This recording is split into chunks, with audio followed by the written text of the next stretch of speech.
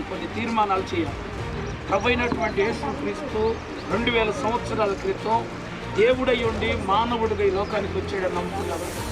మానవుడిగా వచ్చినటువంటి యేసయ్య ఈ లోకంలో 33.5 సంవత్సరాలు జీవించాడని నమ్ముతున్నావా? జీవించినటువంటి యేసయ్య మన పాపాల కొరకు కలువరి శిలువలో ప్రాణాన్ని పెట్టి మన కోసం ఆఖరి బట్టు వరకు రక్తం కార్చి ఆయన తను తాను అప్పగించుకున్నాడని నమ్ముతున్నావా? ఆ అప్పగించుకున్నటువంటి యేసయ్య చనిపోయి సమాధి చేయబడి 3వ దినాన పునరుద్ధానుడై తిరిగి లేచాడని నమ్ముతున్నావా?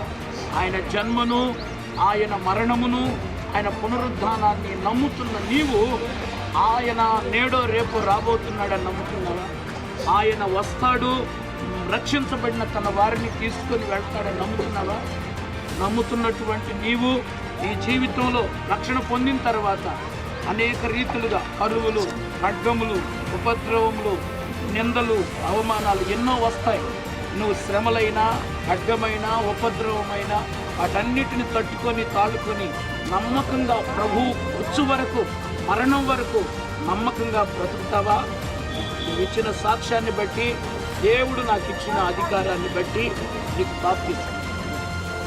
నీకు బాప్తీసం ఇస్తున్న తండ్రి యొక్కయు, కుమారుని యొక్కయు, పరిశుద్ధాత్మ యొక్క నామములో నీకు బాప్తీసం ఇస్తున్నాను.